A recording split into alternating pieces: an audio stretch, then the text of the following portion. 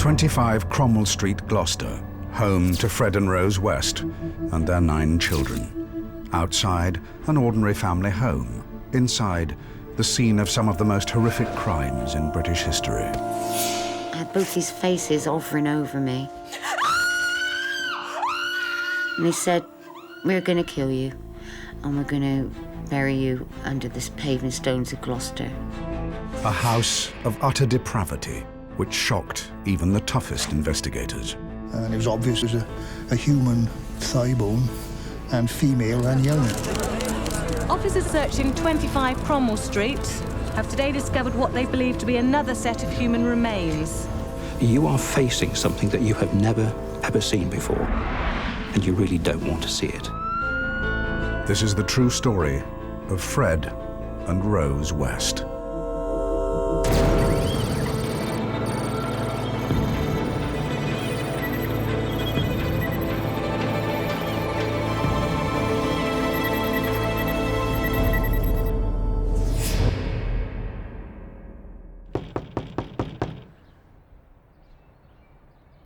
The 24th of February, 1994.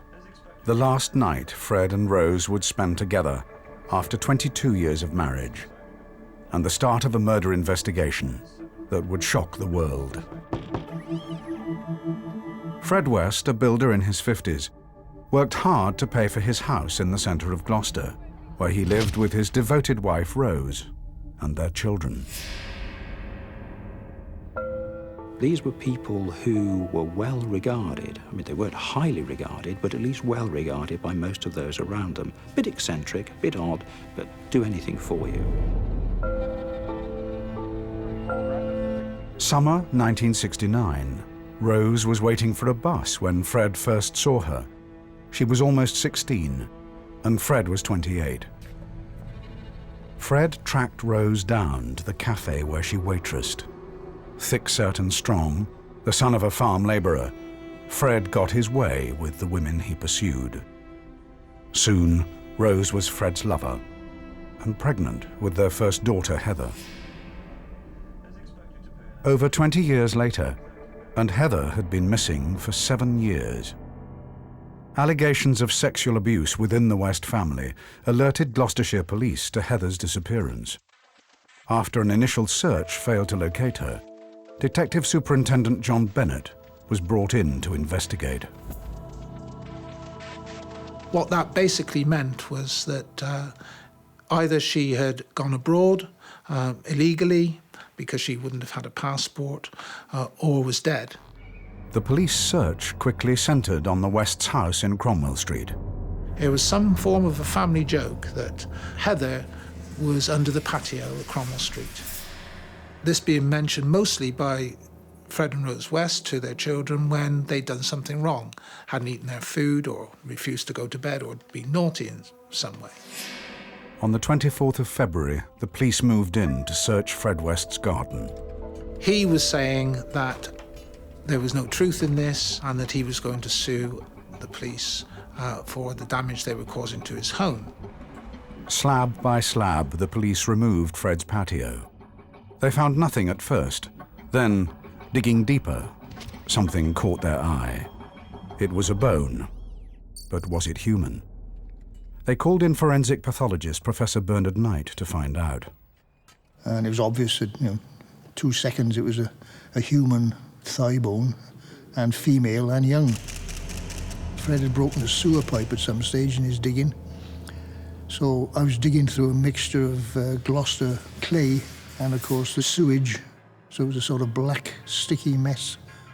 But then, when I went into this hole, or at least I think there's a police officer down there, and he handed up some bits. And I looked at these. I remember looking, I think, at Inspector Bennett and saying, well, either she's got 3 legs or you've got more than one. The police had found the remains of 2 bodies. They suspected one was Heather, but who else was under the patio? The police confronted Fred. Fred made a staggering confession.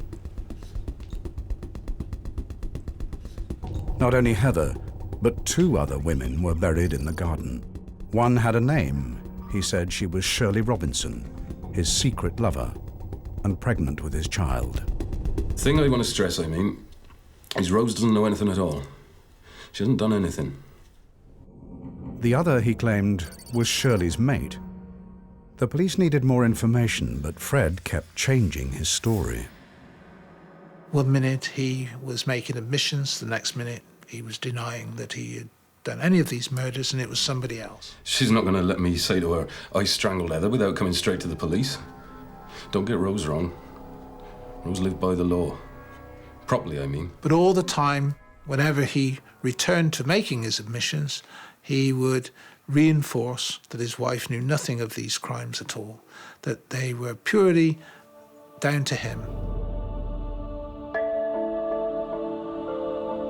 Was it possible that Rose knew nothing about the murders?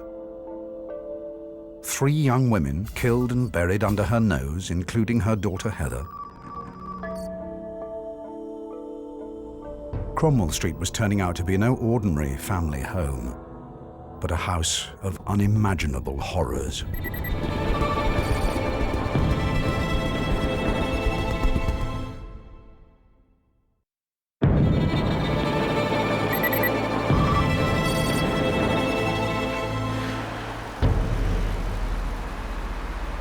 In 1994, one of the biggest criminal investigations in Britain began in an ordinary house in Gloucester. The remains of 3 young women had been recovered from under the patio at 25 Cromwell Street.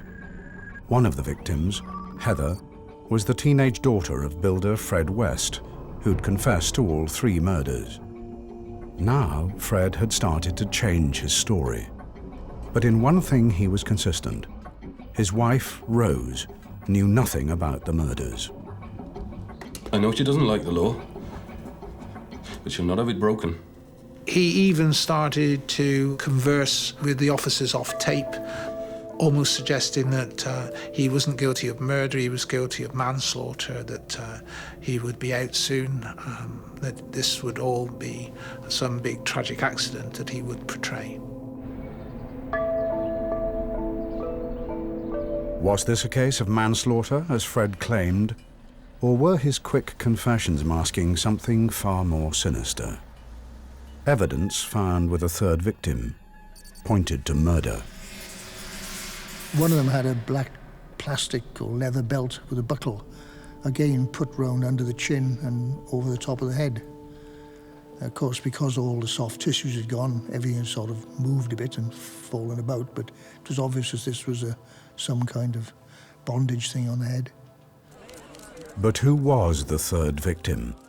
All the police knew was what Fred had told them. She was the friend of his secret lover, Shirley Robinson, the 2nd victim found at Cromwell Street. It was obvious it was going to be hard to identify these bodies because the bones themselves never give you any clue as to who the person is, not the bones. Usually it's the face, the skull and the teeth. And of course that's the province of Professor Whittaker.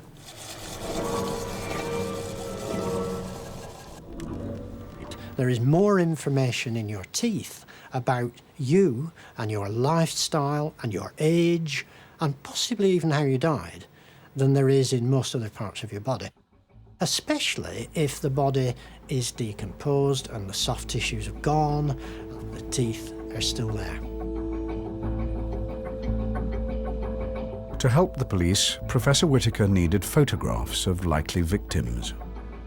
Providing we can get a photograph of them smiling and showing their teeth, those teeth have an incredible amount of information in them in terms of height, tilt, roundedness, all of these which will show up in a good photograph. And so we assess those in the laboratory and then we sort of fuse simply a photograph that comes into me from the police with an image of the person's skull. And if we've got it right, it sort of goes click. But how could the police provide photographs when they didn't have a name for one of the victims? Unsolved missing persons files were reopened. Names began to emerge. Winter 1968. Mary Bastholm, a young waitress, went missing from a bus stop in Gloucester. 5 years later, a young student, Lucy Partington, vanished from another bus stop, this time in nearby Cheltenham. Was it possible one of them was the third victim buried at Cromwell Street? Or could they both be there?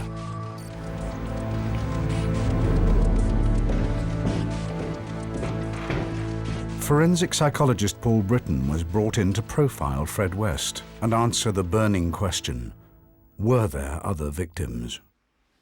I was in a position where I had paperwork that went back 20, 30 years. And as I began to look at that, then the bells began to ring rather grimly for me. Because what I began to see were some of the hallmarks, the highlights of a very dangerous offender. Not at all the man that I'd been told might be sitting downstairs. My view was that all that had happened is you had simply seen 3 high points, and that it was very unlikely, unthinkable really, that you were going to have silences across the intervening years. The time between those 3 marks was going to be filled with other sorts of murder, other sorts of killing.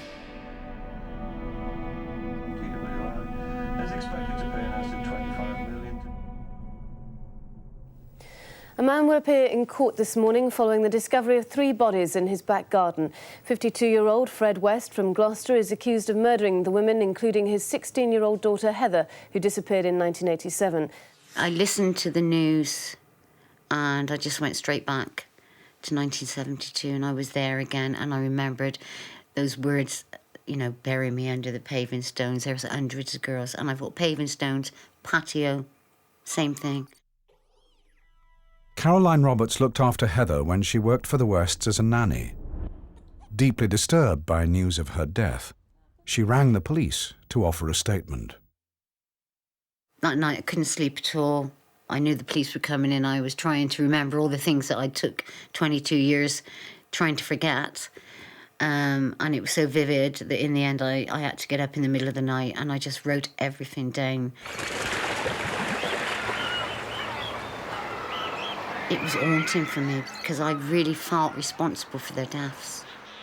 It was almost like they were my family. I knew them all intimately, and I think that's because I know up to a point I shared the same experience as them.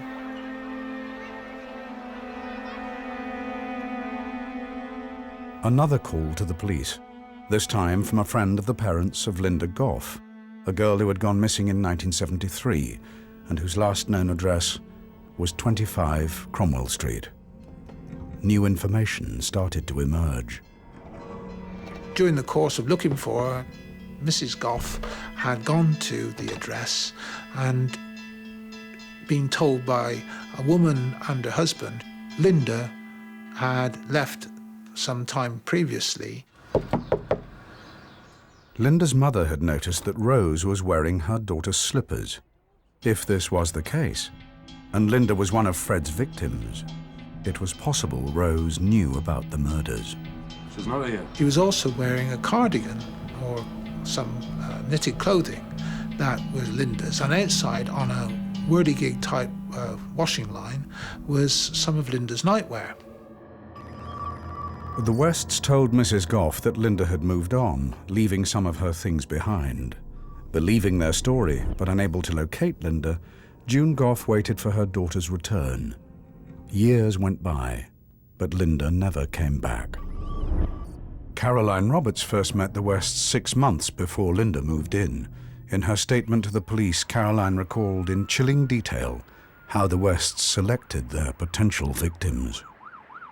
This one night I was hitchhiking back from Tewkesbury on my own, and this car pulled up with 2 people in, and this was Fred and Rose West.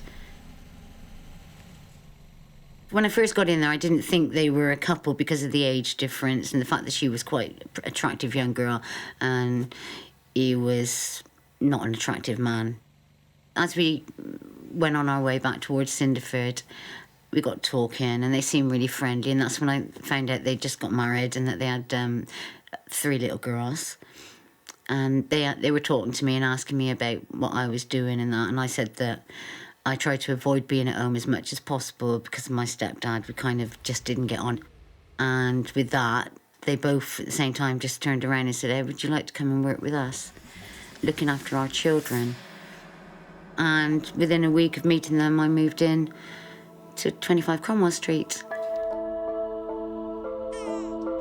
Caroline's job would be to look after Heather, newly born baby May, and Anna Marie, the oldest child from Fred's first failed marriage. One of the strange things was that they had a lot of visitors, mainly men, coming to the house. And I used to look after the children while Rose was with these men. And I'm sure she must have told me she was a masseur, which I believed at that time. There was an even darker side to Fred. He'd tell me things like he'd performed abortions. Oh, don't worry if you get pregnant, Caroline, you know, we can put you right. I can do abortions. I've done abortions before now. And the sickening thing was that he would say things like, yeah, and the women were so grateful they'd offer their bodies to me straight after. Which, yeah, and I thought, nah, this man's just making it all up. He ain't right. Shortly after, Caroline left Cromwell Street hoping never to return. But Fred and Rose had other plans for her. For Paul Britton, Caroline Roberts' statement made one thing clear: the house was the key. To understand the Wests fully and what went on inside their home, he needed to visit the crime scene. He needed to visit Cromwell Street. It was an ordinary house. It was one of a row. It was the end one, as I recall, and I think its neighbour on one side was a church. The church walls made the boundary on one side of the house. Going up the stairs, they're quite steep, but as you turn round, on the back of the doorway and the bit above the doorway, there is a full-length picture of a woman, very reminiscent of the younger Rosemary, beckoning. Disturbing details of the Wests' lives started to emerge. Bedrooms Rose used for prostitution, fitted with listening and recording devices so that Fred could watch. But most significant of all for Britton was the cellar.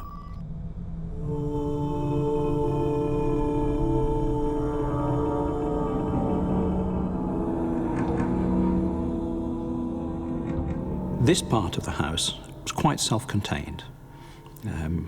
People could go about whatever they did there, being reasonably sure that they weren't going to be disturbed. If you came in through the back way, you'd have to come in through kitchens and a bathroom area, and to get to where we are now is quite an intricate little route. So you're not going to be disturbed. There are no external windows, the brickwork is quite thick. You are in the lower part of the foundation of the house. So that, if you like, is the... It serves a joint function. It's the ultimate pleasure room, but it's also the working room. It's the room where these dreadful things are done. He told the police to move their search inside the house. I mean, the words in a way were clumsy, but I mean, they're in the garden because the house is already full.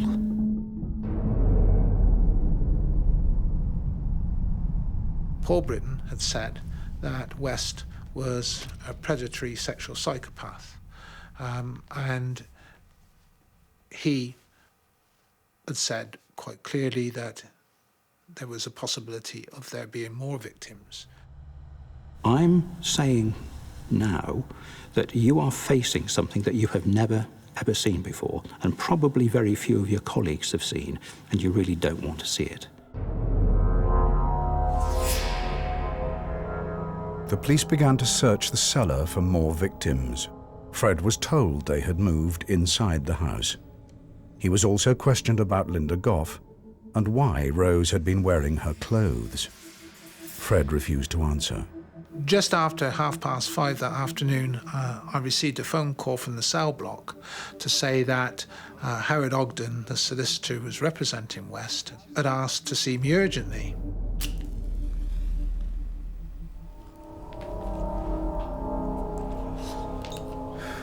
When he arrived, he appeared quite pale, and I remember he asked me if I'd like to sit down. I wish to admit to a further approx 9 killings. It was something that just seemed to be beyond belief. 9 killings. Completely unexpected, out of the blue. Expressly, Charmaine,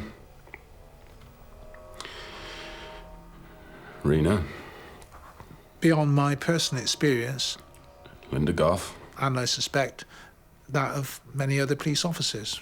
and others to be identified. I even questioned whether,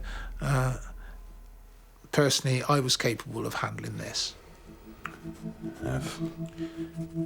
Officers in Gloucester searching 25 Cromwell Street have today discovered what they believe to be another set of human remains.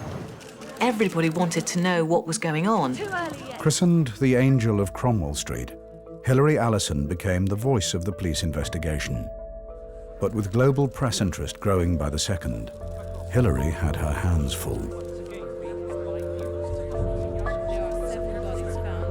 My recollection is walking out to give a briefing and suddenly having cameras flashing all over the place, questions being asked of you, microphones thrust in your face. And what we had to try and do was manage that and say, come on folks, be reasonable. Questions one at a time. We will read a statement out for you. We will do some interviews with you individually afterwards if you want it. But please, can you just back? I'd come down Cromwell Street and the place looked like, I don't know, it looked like a football match with Japanese photographers, and at one occasion the police had barriers up and they sort of burst through at one occasion. It was almost crushed against the wall. It was a bit off-putting when you're just trying to go to work. We had a number of calls from reporters all over the country, national and local, saying, well, we've now heard it's going to be 32 bodies, it's going to be 69 bodies. We've heard that Fred West has fathered 32 children. All sorts of things were being put to us. Now, of course, all we could say at that stage was, look, this is pure speculation. No one has mentioned those figures. As soon as we get any information, we'll give it to you. But we certainly can't get into the business of speculating. Whatever the press imagined, the police now knew there were 12 victims. 3 had been identified: Heather, Shirley Robinson, and now Alison Chambers, who Fred had wrongly claimed was Shirley's mate. I wish to admit. Fred had also confessed to a further 9 murders, including his first wife, Rena Costello, and her daughter, Charmaine. But where were Lucy Partington and Linda Goff? Were they buried in the cellar or hidden in the walls of 25 Cromwell Street? And if they were, how could Fred's wife Rose not know about the murders?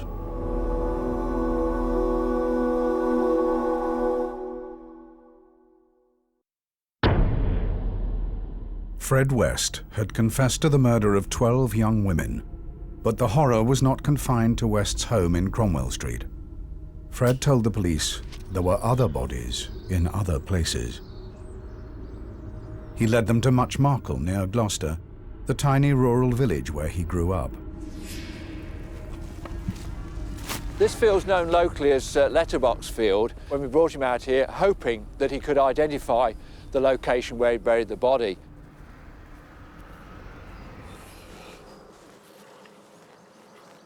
We were very fortunate. Within 4 days of starting excavations here, we did recover human remains. And those were subsequently identified as being of Rena Costello, Fred's first wife. Now, she hadn't been seen since 1971, so the body had been in the ground for more than 20 years. But there was something else, something detectives hadn't bargained for. Fred revealed that lying close by was another body, Rena's friend, Anne McFall, who, like Shirley Robinson, had also been pregnant with his child.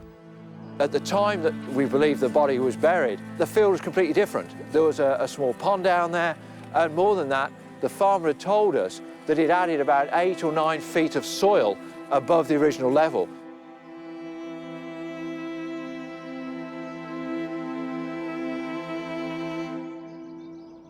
We spent 2 months here, digging out a huge amount of ground. In fact, the hole was the size of an Olympic-sized swimming pool. We'd done all this work, And we were almost on the point of closing the operation down when we finally discovered the remains.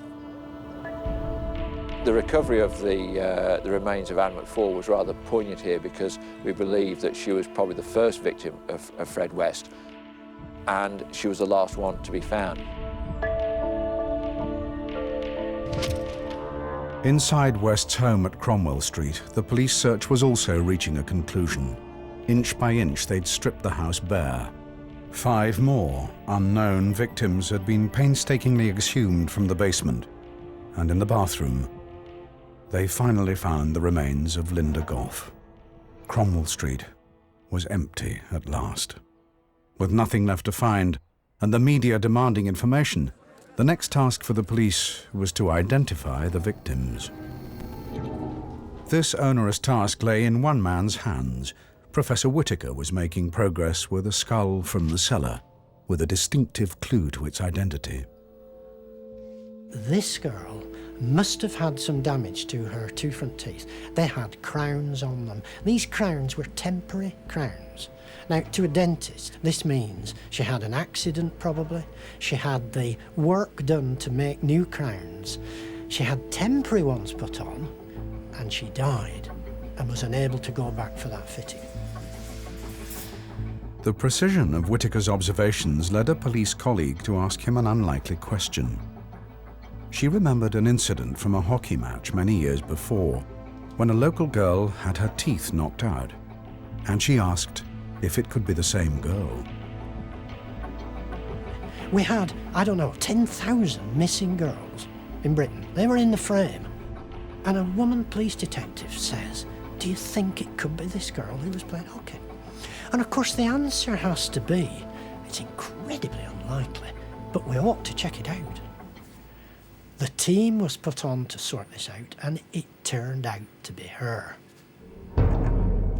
I realised that Lucy wouldn't be dead if she hadn't been a female and if she hadn't been collided in this most extraordinary and incomprehensible way with the world of the West that was the complete opposite of her life.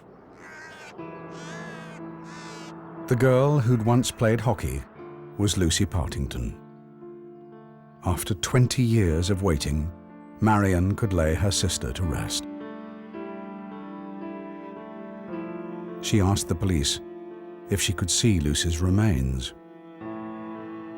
I just walked forward and took the lid off, and there it was, and there was something about the shape of it that was just immediately I knew that it was Lucy's skull. It was just like the shape of this dome. I told my mum what we were going to do, and I said, is there anything you'd like me to put in with Lucy's bones? And she gave me these 2 old toys of Lucy's that she'd always kept, that we played with as children, completely beaten up old straw-stuffed lion that was called Chocker, and another one that was called Bunny, who was dressed up in his smart velvet trousers. And we put Chocker and Bunny in either side of her skull and wrapped it all up. You know, it was like tucking up what was left. It really helped to make it real.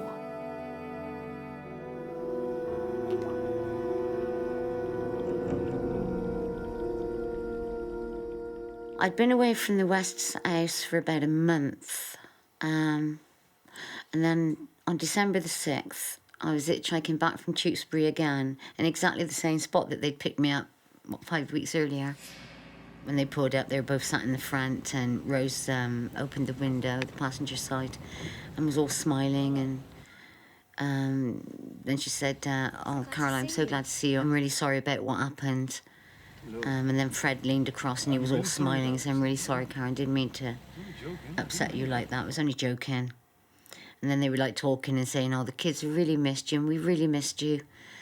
And I kind of felt like, even though I didn't want to get in the car, I kind of felt like they were being so nice that I had to. Come on. Okay, thanks. Can you sit in the back, Fred? Have a chat with Carolyn. about 2 miles into that journey, Fred looked at me in the rearview mirror and asked me if I'd had sex. And I just had this feeling come up in my stomach and felt sick, and I thought, oh, here we go again. Check and see. Check and see if she's had sex. And with that, she grabbed my crutch. Fred pulled up on the grass verge and turned around in his seat and just kept punching me across the side of the head. And I was knocked out.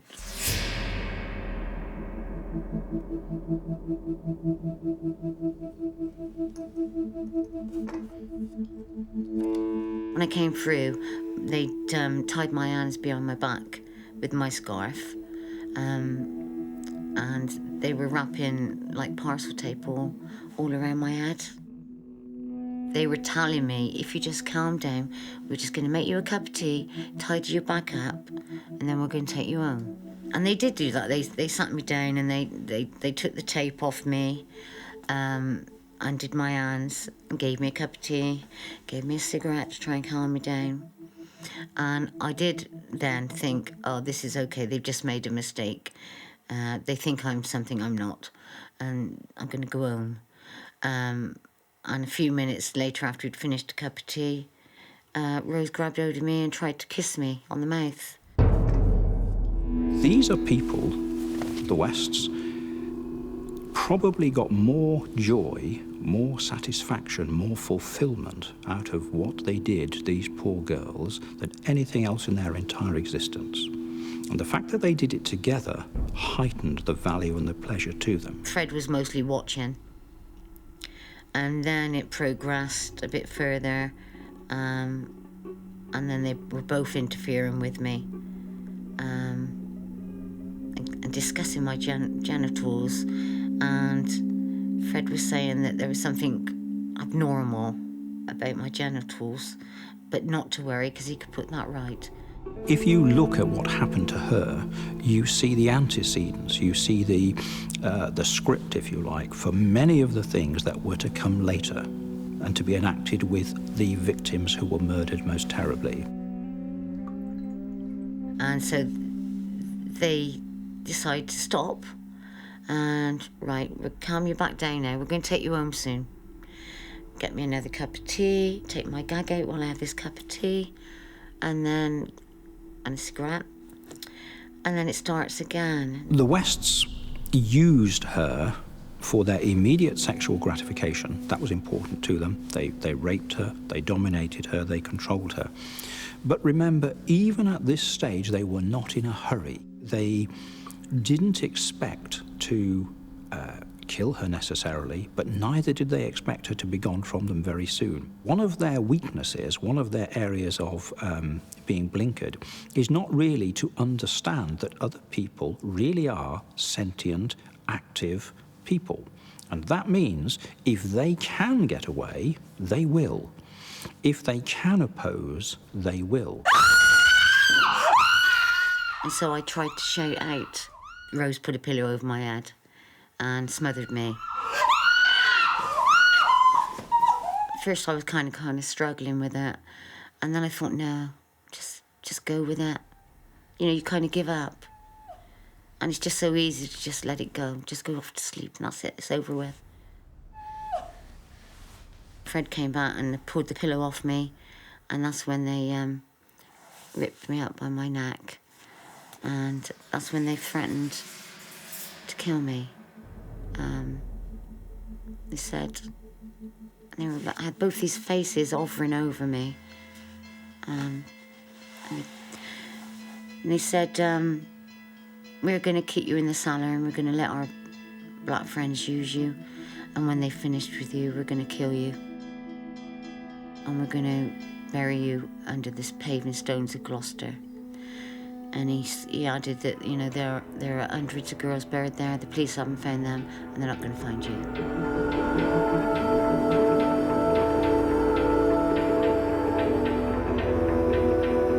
Caroline was not alone. Evidence found with the remains of the West's victims suggested they'd been through something similar before their lives had been ended. We found one knife. It couldn't have been the knife that dismembered them because it was a long bread knife type, which was a bit round-ended, couldn't be used for that. And the other things, of course, were bondage materials, I suppose you'd call them. They were sort of masks of sticky tape, stuff you tape on parcels, wrapped around the head, and some plastic tubes which had been pushed up nostrils. Pretty bizarre stuff. Remember, if you look at what happened to these young women, you see a progression of debasement, of mutilation. You see physical mutilation. All of these things are much more enjoyable when they can be repeated in discussion, in shared memory after the event. And this would be an area where Rosemary, for Frederick West, would be absolutely vital. She had enormous value to him. In 1972, Caroline Roberts was raped, abducted, and nearly murdered by Fred and Rosemary West. They spared Caroline after she promised to stay silent about her ordeal. She slipped away at the first opportunity and went to the police.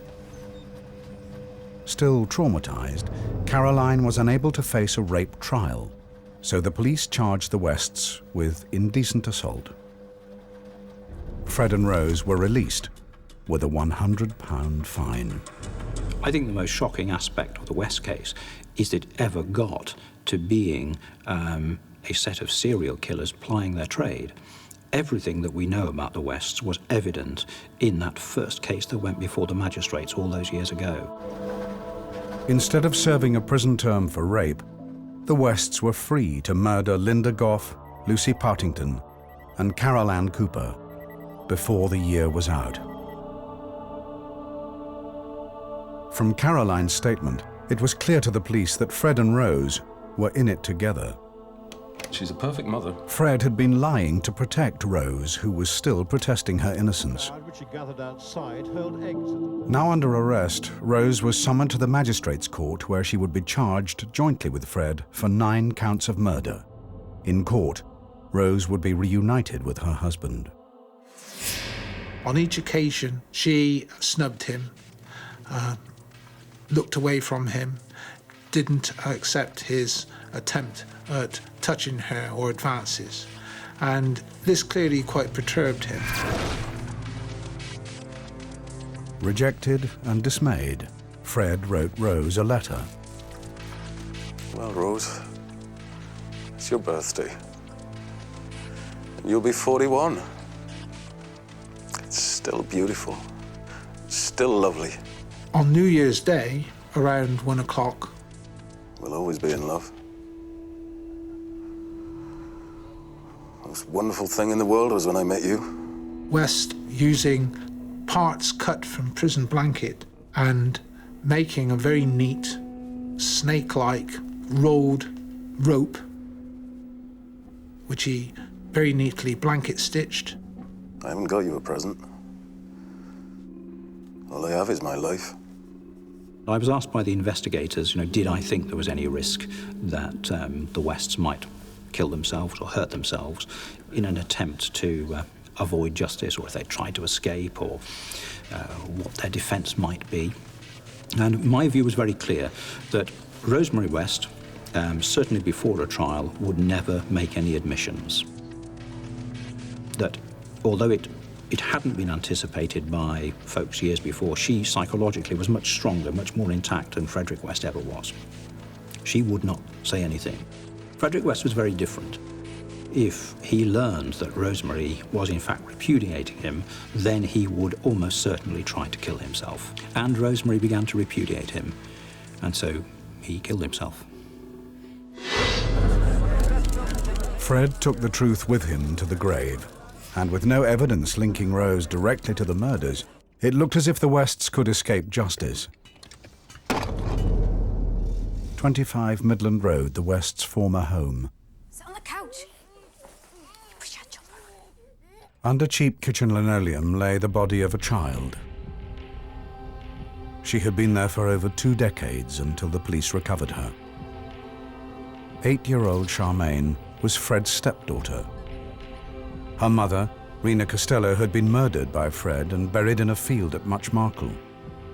Charmaine had last been seen in 1971, the year Fred spent 9 months in prison, leaving Charmaine in Rose's care. If it could be shown that he was in prison when this unfortunate child died, was murdered, then he clearly couldn't have done it. And Rosemary had a problem. It was the vital evidence the police needed to convict Rose. But there was a hitch. The police couldn't find a photograph of Charmaine that showed her teeth. Without it, Professor Whittaker couldn't determine the date of her death. And without a date, Rose West would get away with murder.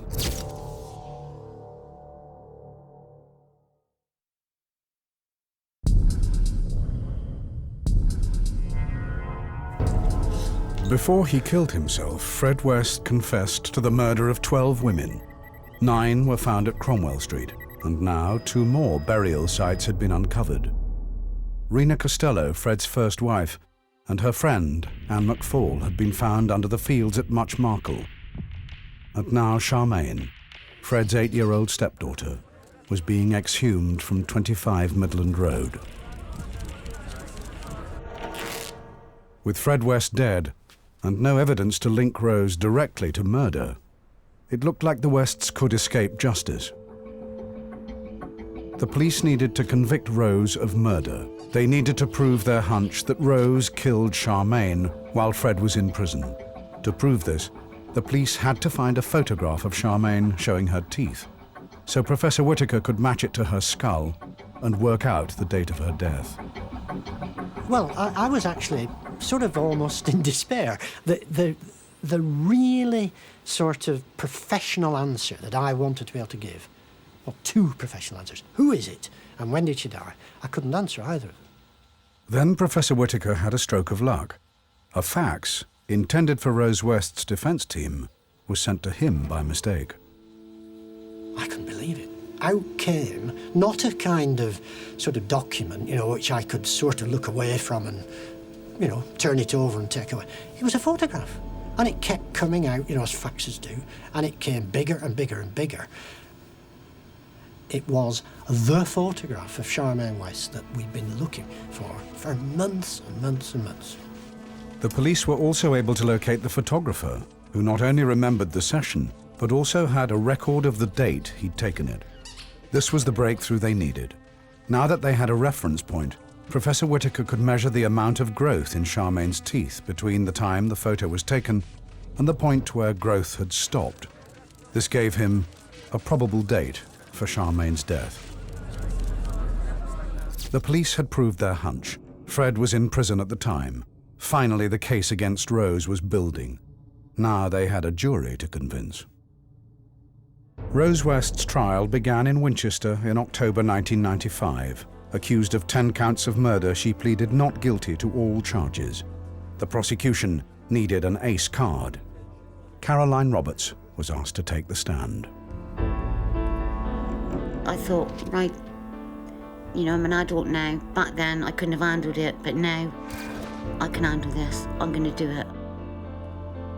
What had happened to me had happened to these girls, and I wanted to at least get justice for them. And this time I didn't care what anybody said or thought about me. I was going in there and I was going to stand up to them. I knew she wasn't innocent. When I was attacked, the nearest I came to death was at her hands.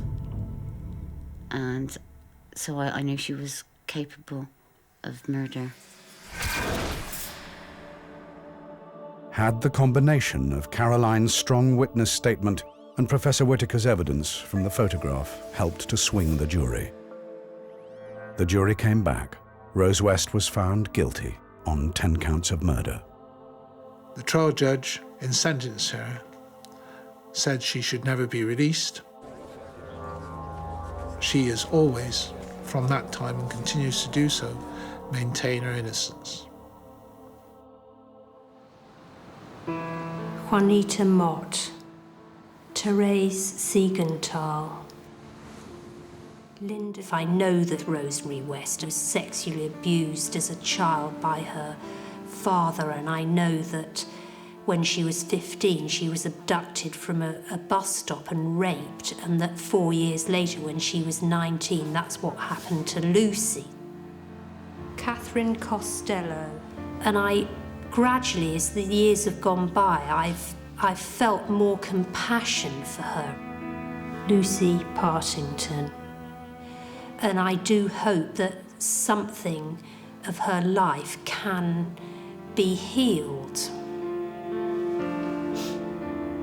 The thing about Rosemary West is that she was in effect a blank canvas. And the thing that Frederick West did was to provide a platform, to provide a runway that she flew from. He was able to nurture her, to encourage her, to, if you like, show her the way. What he didn't anticipate, I'm quite sure, but was enormously gratified by was the fact that she flew past him.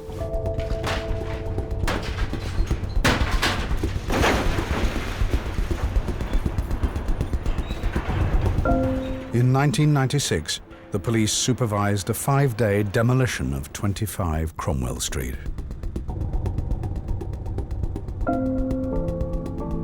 Speculation about other bodies, other possible victims of the Wests never found by the police, continues to this day.